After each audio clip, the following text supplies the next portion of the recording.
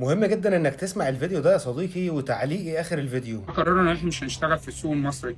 السوق المصري صعب، مش بتاع منافسه. اللي عاوز براميل متعبيه يجي يشتري مننا، اللي عاوز عبوات جاهزه يجي ياخدها سعر حد. بصراحه من اصعب الاسواق اللي موجوده في مصر هي سوق الموظفات. روح اي محل تقول له عايز انزل بضاعه وخليها عندك واعرضها، ثم تبيعها حصل منك يقول لك لا روح بتاع الجمله، روح بتاع الجمله يقول لك لا يبقى عليك طلب عشان تجيب. تعمل اعلانات مع البروجر، نقعد نودي للبروجر ازايز فور فري، نقعد نجري ورا شويه ناس ملهاش اي عايزه، وفي الاخر برضو يقول لك ايه لا انا ما اقدرش انزل عندي. الموضوع صعب في السوق المصري، فاحنا قررنا نعمل ايه؟ قررنا ان احنا هنبيع كل الاستوكات اللي عندنا دي كلها، هنبيعها بالجمله.